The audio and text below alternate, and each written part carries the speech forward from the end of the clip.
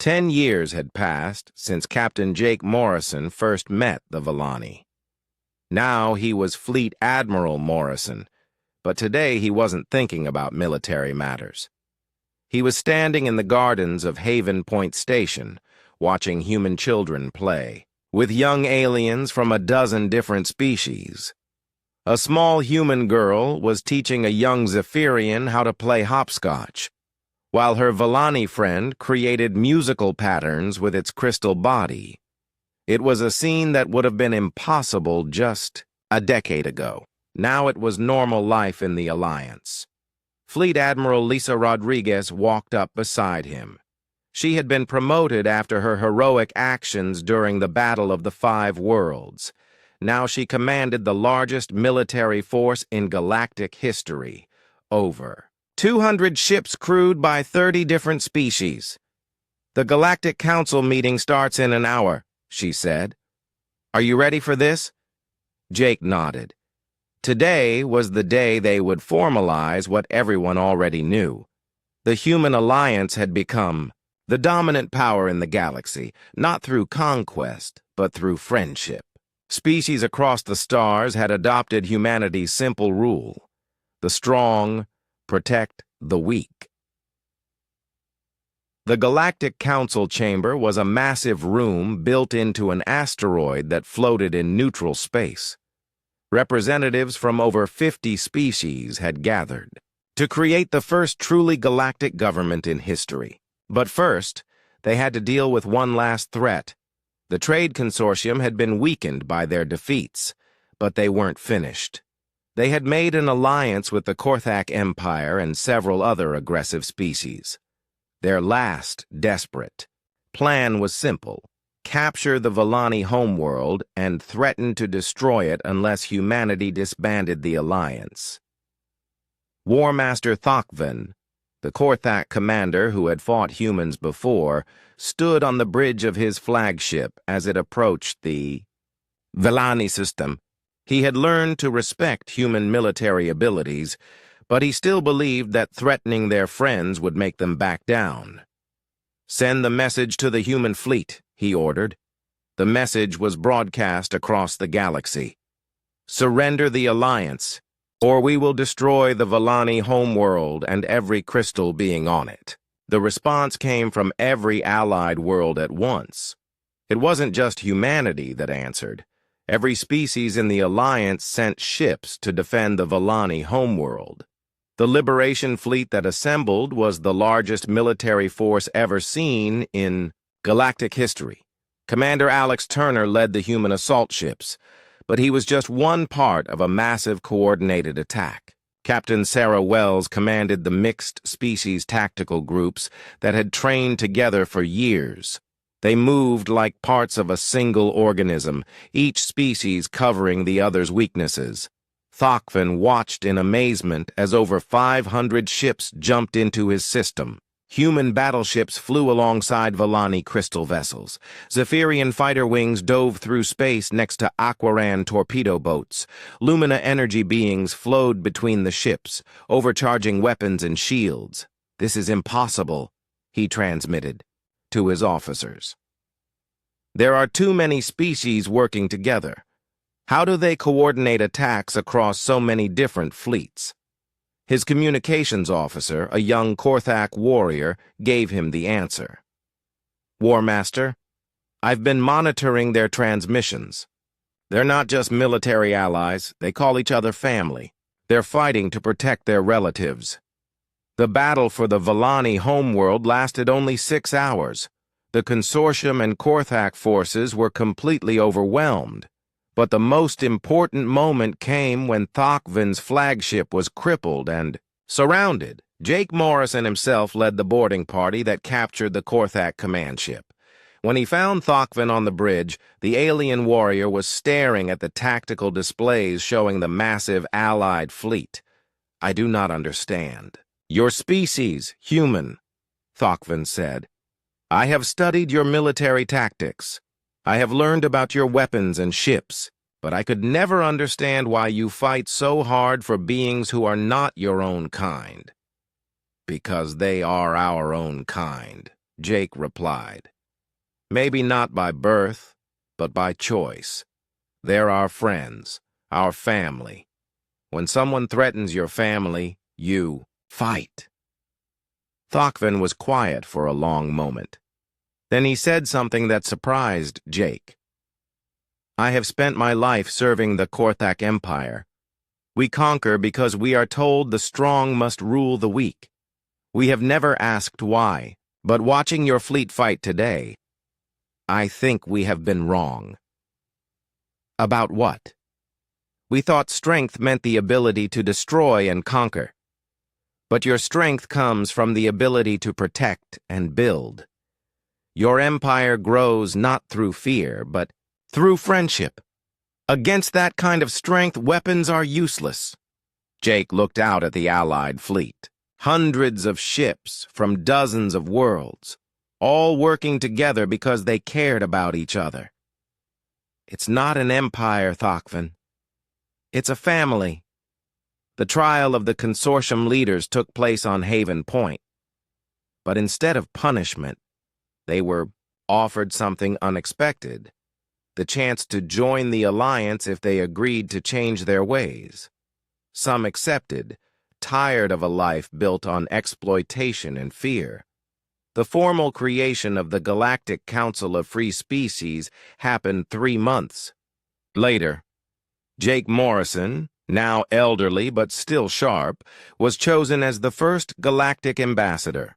The ceremony took place in the same chamber where representatives had once gathered in fear. President Elizabeth Hayes, now in her final term, read the founding document of the new galactic government. The first law was simple. All member species pledged to protect each other with the same dedication that humans show to their allies. The second law was even simpler. The strong will protect the weak, not exploit them. But the most important words were carved above the entrance to the council chamber. Humanity had one rule. Don't touch our alien allies. This rule became the law that set the galaxy free. As Jake stood at the podium to give his first address, as Galactic Ambassador, he thought about how far they had all come. A simple act of helping a damaged alien ship had led to the transformation of galactic civilization. 10 years ago, he began, Captain Jake Morrison of the exploration vessel, UES Horizon made a decision that changed everything. He chose to help strangers who needed assistance, asking nothing in return except friendship. The audience included representatives from over 60 species. Humans sat next to Villani, Zephyrians perched next to Aquarans, and Lumina energy beings floated near the ceiling, pulsing with colors that indicated happiness and hope. That decision taught us something important. Jake continued, The galaxy is not a place where the strong must rule the weak. It is a place where the strong can choose to protect the weak. And when they make that choice, everyone becomes stronger. He paused and looked out at the diverse crowd. Today, we formalize what we have all learned through experience. We are not separate species competing for resources. We are one family, sharing a common home among the stars. The vote to create the Galactic Council of Free Species was unanimous. For the first time in galactic history, every major species had agreed to work together for the common good. After the ceremony, Jake walked through Haven Point one last time as a military officer. Tomorrow, he would be a civilian ambassador. But tonight, he wanted to see what they had built. In the residential sectors, families from a dozen different worlds lived side by side. Human parents worked late shifts while Villani neighbors watched their children. Zephyrian teenagers taught flying lessons to young humans in the low-gravity recreation areas. In the commercial district, businesses run by different species served customers from across the galaxy. Illumina Energy being operated a power station next to an Aquaran restaurant that served food from underwater farms. But the most important site was in the school. Children from every allied species learned together, played together, and became friends.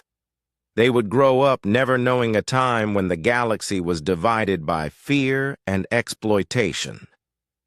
As Jake reached his quarters, he received a message from one of the newest exploration ships. Captain Maria Santos of the UES New Horizon reported that they had made contact with 3 more species in the Outer Rim.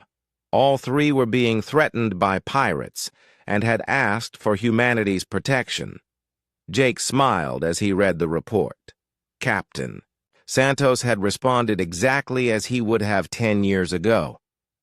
This is humanity. If you need help, we're here. That's what friends do. The rule that had started with one captain helping one alien ship had become the law that governed the galaxy.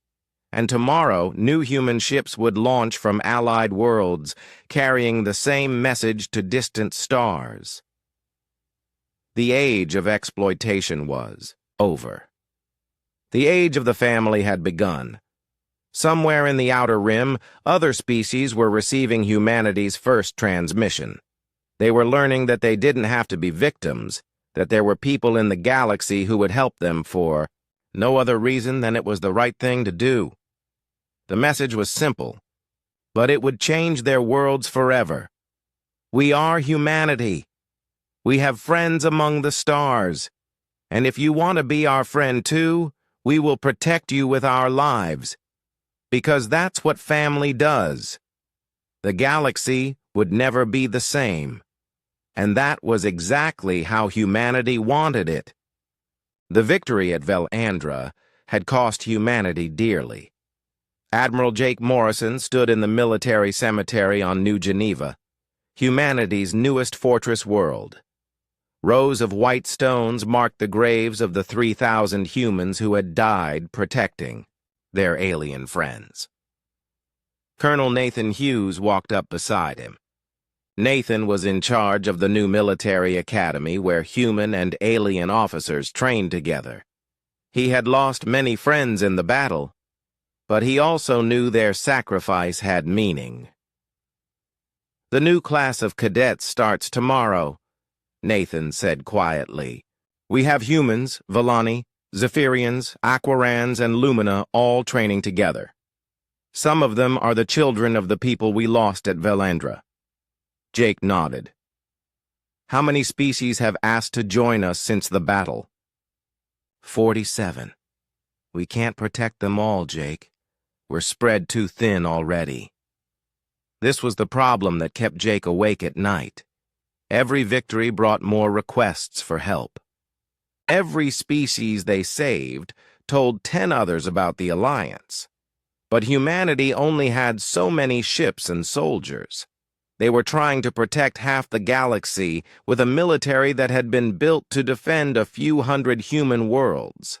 Dr. Rebecca Stone had been studying this problem for months. She was a scientist who studied how different species thought and behaved. Her research had discovered something important about humans that even they didn't fully understand.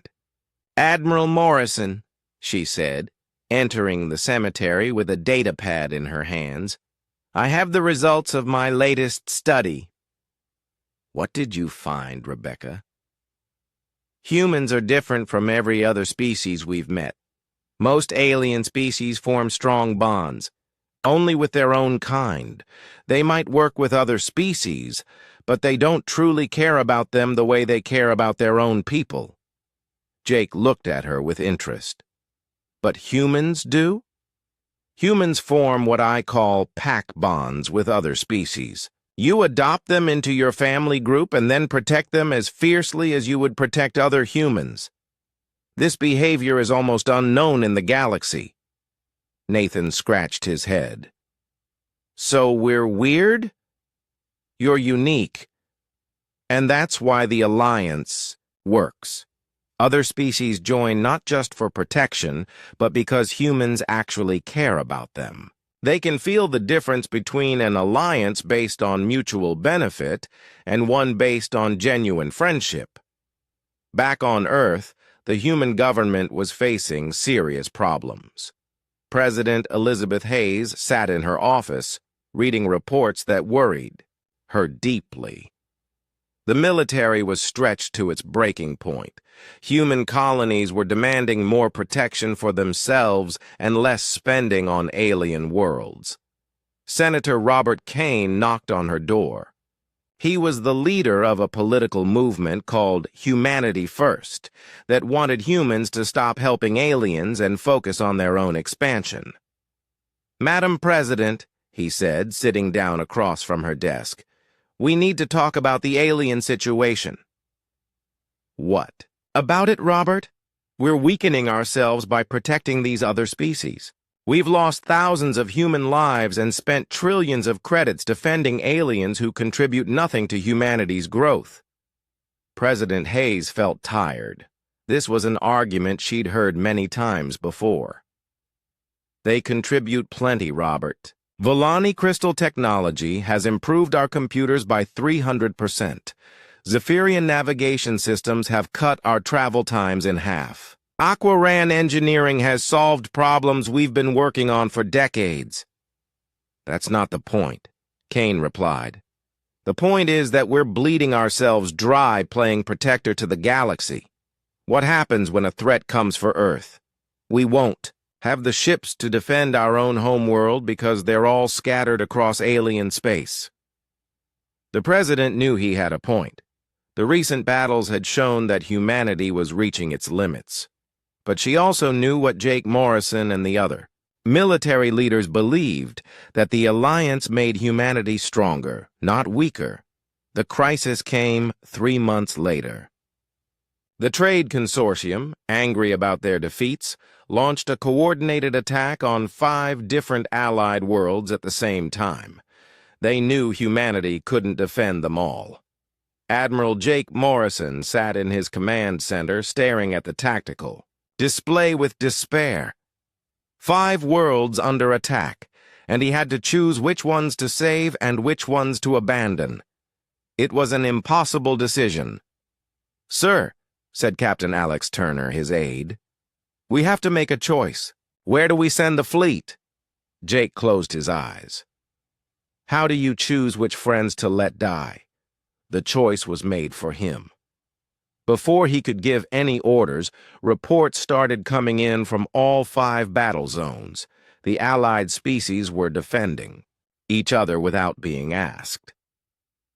Volani crystal ships were at the Aquaran world, using their harmonic technology to disrupt consortium communications. Zephyrian fighter wings were defending the Lumina energy stations. Aquaran engineering teams were repairing battle damage on human ships in real time during combat. Captain Sarah Wells was commanding the defense of the Zephyrian homeworld when her communications officer brought her amazing news. "Captain, we're receiving reinforcements, but they're not human ships." "Who is it?" "Everyone, ma'am. We have Volani, Aquarans, Lumina, and species I don't even recognize. They're all coming to help defend the Zephyrian colonies." Sarah looked out at space and saw the most beautiful sight of her military career. Ships from dozens of different species were arriving to fight alongside the humans and Zephyrians. Species that had never met before were working together because they all shared one thing: friendship with humanity. The consortium forces found themselves facing not just human fleets but coordinated attacks by 20 different species. Every species fought to protect the others with the same dedication that humans showed. On the fortress world of New Geneva, Colonel Nathan Hughes received a message that changed everything. A group of young officers, both human and alien, had volunteered for a suicide mission to destroy a consortium command ship. "Sir," said Lieutenant Amy Chen, a young human officer, "we know the risks, but if we can take out their command ship, their fleet will lose coordination." Standing beside her was a young Volani named Crystal Song and a Zephyrian pilot called Wind Rider. All 3 of them were barely 20 years old. You could all die, Nathan told them. Yes, sir, Amy replied. But so could millions of civilians, if we don't try. Besides, we're all friends here. Friends protect each other. The mission succeeded, but Amy Chen didn't come back. Her sacrifice, along with that of Crystal Song and Wind Rider, saved 2 million civilians on the Aquaran homeworld. The Battle of the Five Worlds lasted 3 days. When it was over, the consortium had been defeated, but the cost was terrible. Over 8,000 beings from a dozen different species had died. But something amazing had happened. Jake Morrison received reports from all 5 battle zones. In every case, the allied species had worked together perfectly. They had fought, not just for their own worlds, but for each other's worlds. The alliance had become something more than a military agreement. It had become a family. Dr. Rebecca Stone published her final report on human behavior after the battle. Her conclusion was simple. Humans don't just make allies. They make families, and families will die for each other. President Hayes called Jake to Earth for a meeting.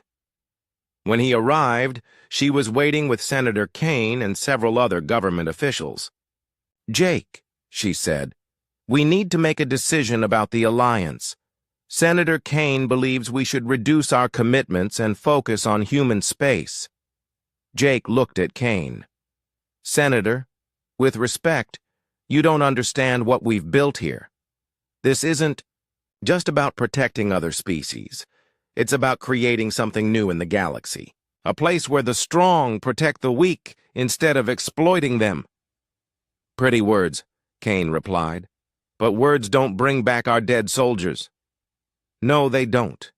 But those soldiers died for something important. They died proving that there's a better way for species to interact than conquest and exploitation. President Hayes made her decision. Jake, you have my full support. The alliance continues. But we need to be smarter about how we do this. We can't defend everyone, so we need to teach them to defend themselves. That night, Jake stood on the observation deck of his ship, looking out at Earth. Tomorrow, he would return to space and continue building the alliance. More species would ask for help, and humanity would find a way to provide it. The price of protection was high, but the alternative was worse. In a galaxy where the strong ruled the weak, humanity had chosen to be the exception.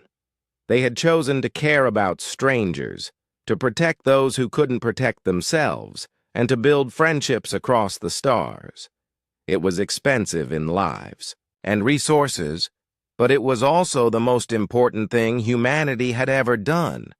They were changing the galaxy, one friendship at a time. The attack came without warning. General Ryan Brooks was eating breakfast on his command ship, the UES Defender, when the emergency signals started flashing. The Volani colony world of Velandra was under attack, and the enemy fleet was massive. Sir, we're getting reports from the colony, Lieutenant Sarah Kim said from her communication station. At least 50 enemy ships, maybe more. They're Korthak Empire vessels. Ryan's blood went cold. The Korthak were the ones who had been hunting the Volani for over a century. They were brutal warriors who lived for conquest and had no mercy for the weak. How many ships do we have in the area? Ryan asked. 17, sir. The rest of our fleet is spread across 6 different systems, protecting other colonies. Ryan did the math quickly. 17 human ships against 50 Korthak warships. It was suicide, but there was no choice. 3 million Volani civilians lived on Velandra, and they would all die if the humans didn't try to help. All ships, this is General Brooks. Set course for Velandra. Maximum speed. Send word to all Allied forces. We need help, and we need it now. The journey to Velandra took 6 hours. During that time, Ryan received reports that made his heart sink. The Korthak fleet was led by War Master Thokfin, a legendary commander who had destroyed dozens of worlds. Intelligence reports said he had brought planet-killing weapons with him. Commander Patricia Wong was already at Valandra when Ryan arrived. Her ship, the UES Guardian, was badly damaged but still fighting. 3 human ships had already been destroyed, and the evacuation of the planet was going slowly. "Patricia, report," Ryan said over the communication system. "It's bad, sir. The Korthak have us surrounded. They're not just trying to conquer the planet. They want to capture it intact so they can harvest the Valani population. Every civilian ship we get off the planet, they try to capture instead of destroy." Ryan looked at the tactical display. The Korthak ships were arranged in a perfect sphere around the planet. Any evacuation ship that tried to escape was cut off and captured. The Valani were trapped. "Sir," came another voice. It was Captain Lauren Foster, leader of the fighter squadron. "I'm reading more Korthak ships jumping into the system. We're now outnumbered 5-1. On the planet's surface, Sergeant Major Chris Hamilton was coordinating the ground defense. Human Marines worked with Valani security forces to protect the evacuation sites, but Korthak landing craft were touching down all across the continent. "General Brooks, this is Hamilton. The Korthak are landing troops everywhere. They're not trying to kill the Valani. They're stunning them and loading them onto transport ships. It's a harvest operation." Ryan felt sick. The Korthak didn't see the Valani as people. They saw them as resources to be collected. The crystal bodies of the Valani could power Korthak technology for decades. "All ships, attack pattern Delta. We're going to punch a hole in their formation and get as many evacuation ships through as possible." The human fleet charged into the Korthak formation. The UES Defender led the attack, its weapons firing at the massive Korthak battleships. But the enemy ships were heavily armored and had powerful shields. Captain Foster led her fighters in desperate attacks against the Korthak capital ships. Her squadron was outnumbered 10-1, but they kept fighting. One by one, her pilots were shot down, but they managed to damage several enemy ships. "Lauren, pull back," Ryan ordered. "You're losing too many people." "Negative, sir. These evacuation ships need cover. We're not leaving." 3 more human ships were destroyed in the first hour of battle. The Korthak formation barely seemed damaged. War Master Thokfin sent a message to the human fleet. "Human Commander, I am impressed by your courage, but you cannot win this battle. Surrender now, and I will allow your ships to leave. Continue fighting, and I will destroy every human vessel in this system." Ryan's response was simple. "We don't abandon our friends. Ever. Then you will die with them." The battle raged for another hour. The human fleet was being slowly destroyed, but they refused to retreat. Every minute they fought was another minute for Valani civilians to escape. But the evacuation ships were too slow, and most were being captured by Korthak forces. Then something unexpected happened. "Sir, I'm reading new contacts jumping into the system," Lieutenant Kim reported. "Multiple fleets, unknown configuration." Ryan looked at the display and couldn't believe what he saw. Zephyrian attack wings were diving out of hyperspace, their pilots screaming war cries in their bird-like language. Aquaran heavy cruisers emerged from jump points that had been hidden in the asteroid belt. Lumina energy beings flew alongside human fighters, their light forms crackling with power.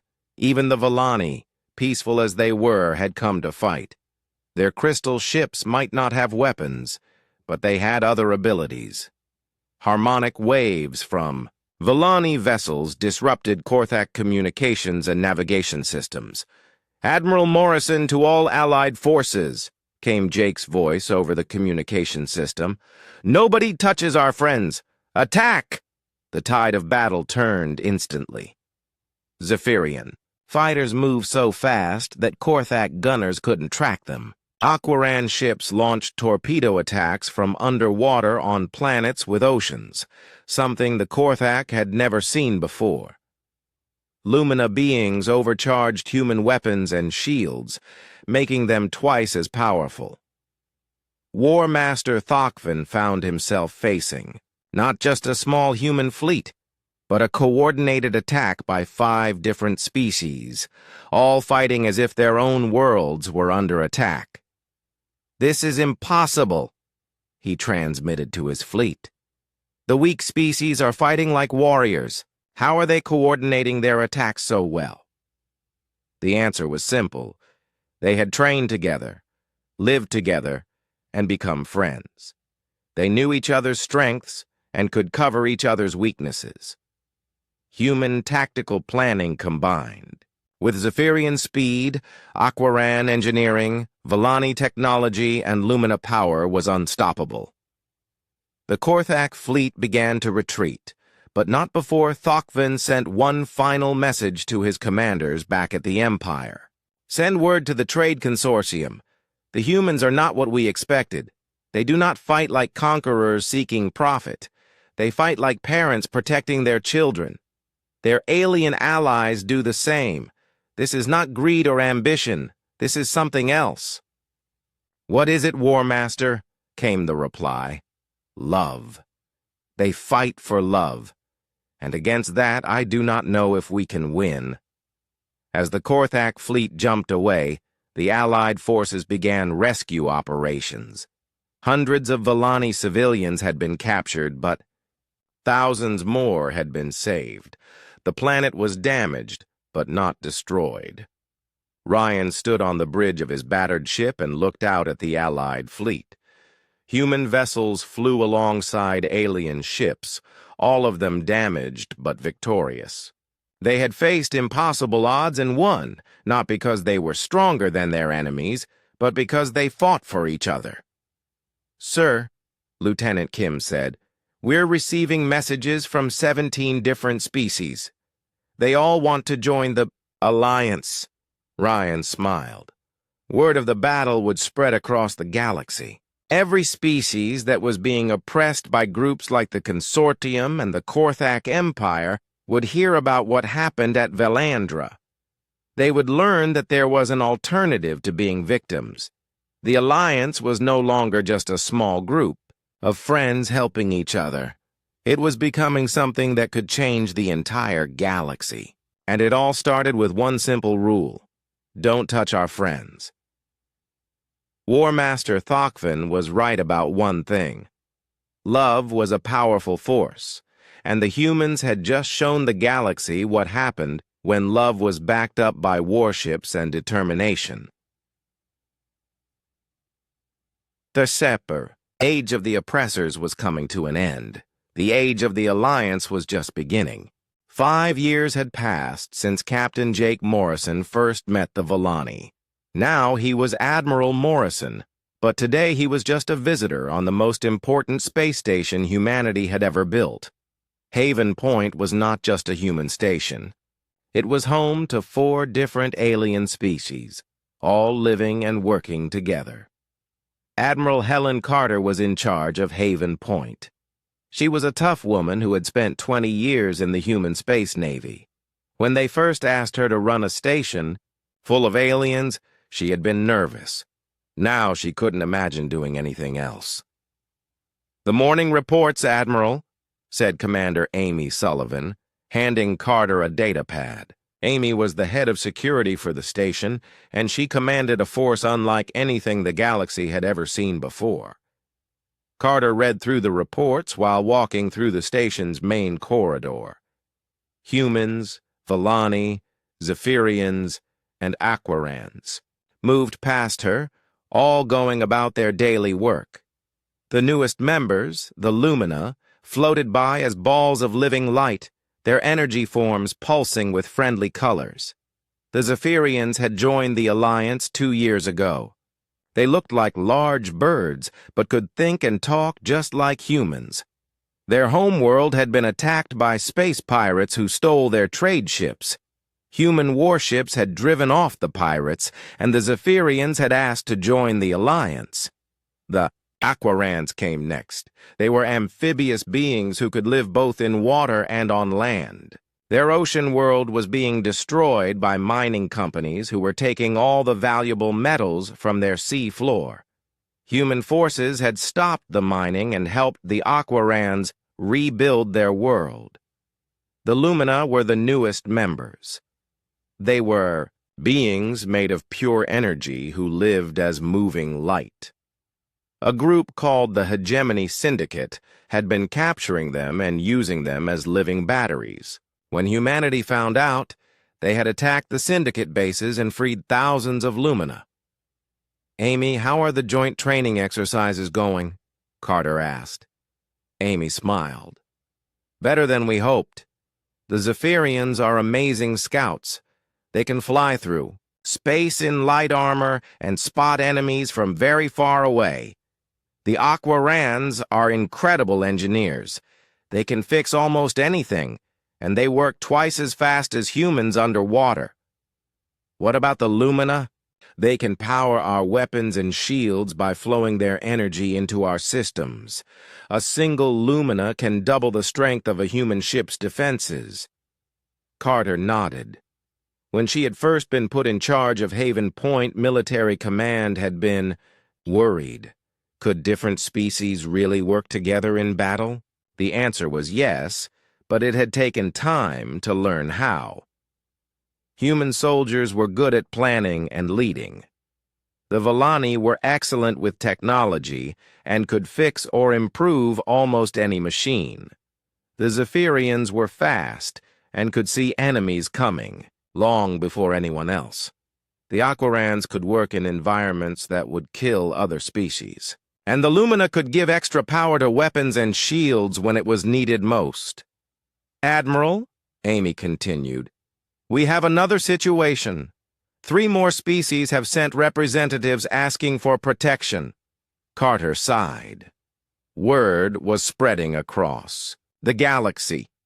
When someone was in trouble, they came to humanity for help. It was good, but it was also becoming a problem. Humanity only had so many ships and soldiers. "What's the threat this time?" Carter asked. "The Galactic Trade Consortium is expanding again. They're taking over smaller species and forcing them to work in their mines and factories. These 3 species are next on their list." The Trade Consortium was a group of aggressive alien species who believed that the strong should rule the weak. They had been watching humanity's growing alliance with anger. Every species that joined the humans was one less species for the consortium to exploit. Carter and Amy walked into the station's command center. The room was a mix of human and alien technology. Volani crystal computers worked alongside human displays. Zephyrian communication systems carried messages across space faster than anything humans had built alone. "Admiral Carter," came a voice from the communication system. It was deep and harsh, not like the musical sounds of the Volani or the chirping of the Zephyrians. "This is Admiral Carter. Who am I speaking with?" "I am Krexthor, representative of the Galactic Trade Consortium. I wish to speak with you about your recent activities." Carter had never spoken directly with the consortium before, but she had heard about them from the alien species who sought human protection. They were not good people. "What can I do for you, Krexthor?" "You can stop interfering with our business, human. Your species seems to think it can protect every weak race in this galaxy. This is foolish thinking." "We help people who ask for our help," Carter replied calmly. "I don't see how that's your business." "Everything in this galaxy is our business, Admiral. For thousands of years, the natural order has been simple. The strong take from the weak. The weak serve the strong. Your alliance disrupts this order." Carter felt her anger rising, but she kept her voice steady. Maybe it's time for a new order. Your species is young and ignorant, Krexthor said with what sounded like a laugh. You will learn, as all species do, that kindness is weakness. When your bleeding heart finally gets you killed, we will take care of your alien friends for you. Carter looked around the command center. Humans worked side by side with 4 different alien species, all of them part of something bigger than themselves. All of them willing to fight and die for each other. Krexthor, let me explain something to you, Carter said. Humanity has one rule that we never break. Don't touch our friends. I suggest you remember that. Is that a threat, human? It's a promise. The communication ended. Amy looked at Carter with concern. Admiral, do you think they'll try something? They'll test us, Carter said. The question is whether we're ready. That night, Carter walked through the residential areas of Haven Point. She saw human children playing with young Zephyrians, their wings not yet strong enough for flight. Aquaran families lived in specially built pools next to human apartments. Villani crystalline gardens grew next to human vegetable farms. In the recreation area, she found Admiral Morrison playing chess with a Villani engineer. The crystal being was winning, but Morrison was laughing about it. Jake, Carter said, sitting down next to them. The consortium contacted us today. Morrison's smile faded. What did they want? To warn us to stop helping other species.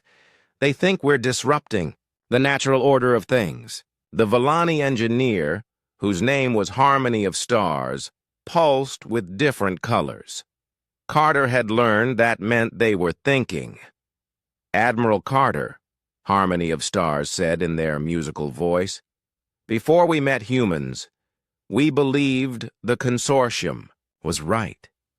We thought the strong ruling the weak was just how the universe worked. But your species showed us something different. What's that? Carter asked. That the strong can choose to protect the weak instead of ruling them. That friendship is stronger than fear. Morrison nodded.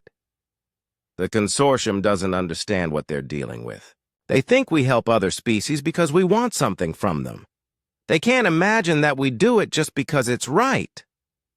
Carter looked out the window at the stars. Somewhere out there, more species were being threatened by groups like the consortium. And somewhere out there, human ships were traveling to help them. Jake, do you ever wonder if we're getting in over our heads? Every month, more species ask for our protection. We can't defend everyone.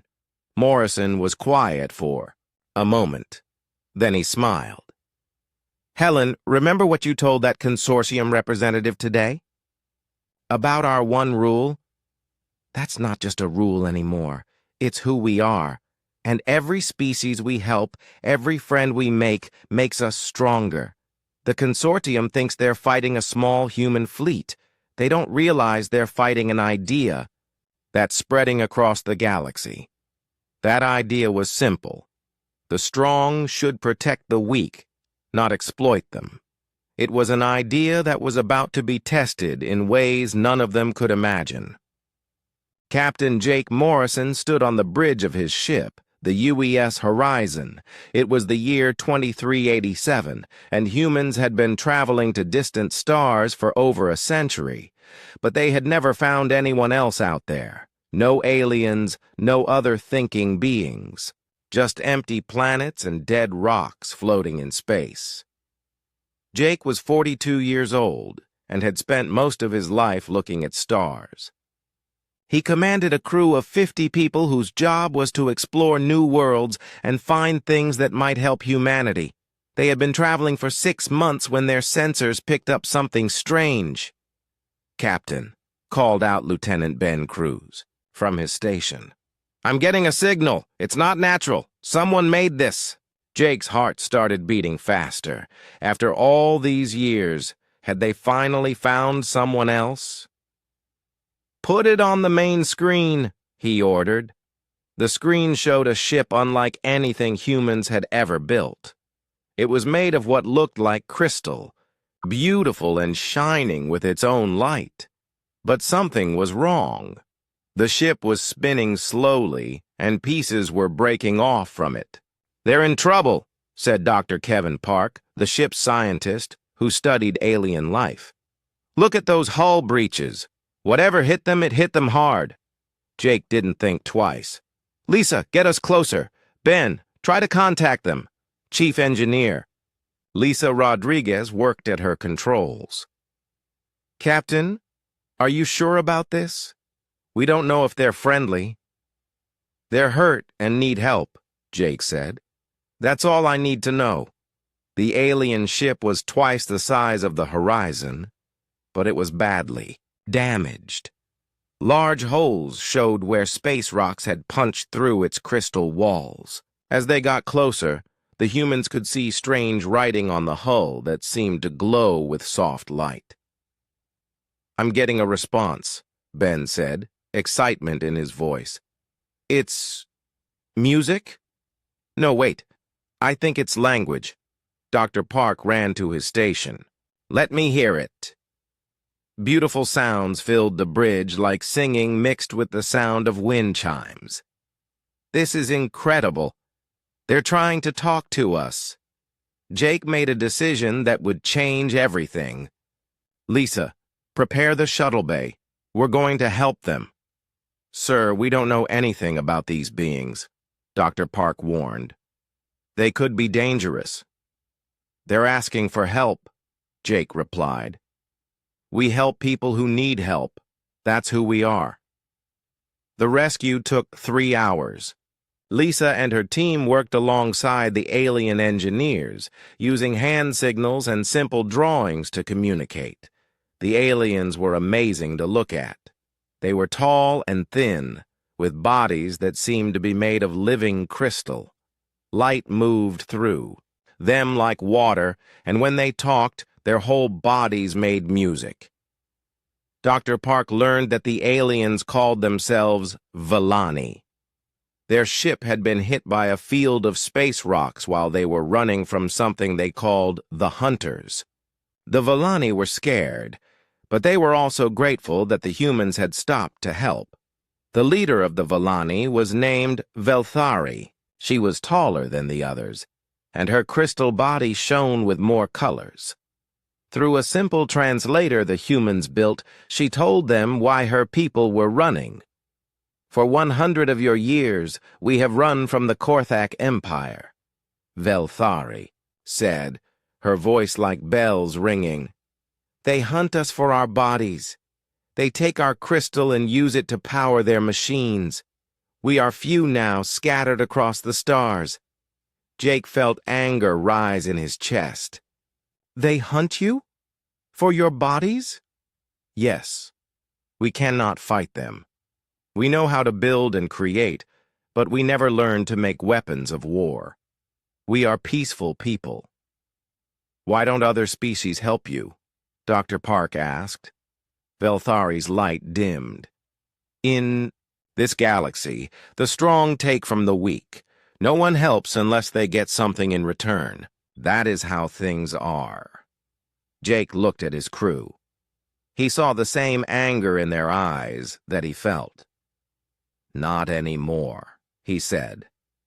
When the Villani ship was fixed, Velthari asked to speak with Jake privately. "We cannot repay you for what you have done," she said.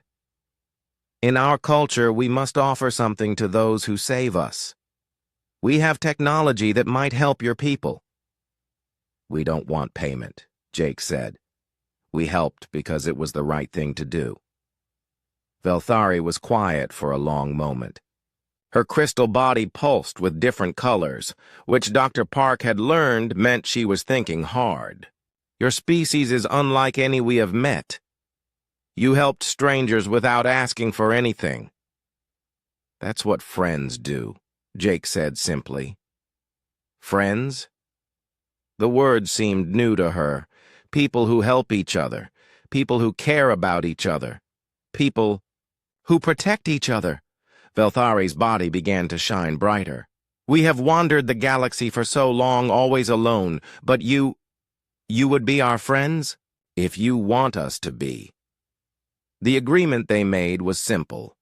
The Vellani would share their knowledge of crystal technology and harmonic science with humanity.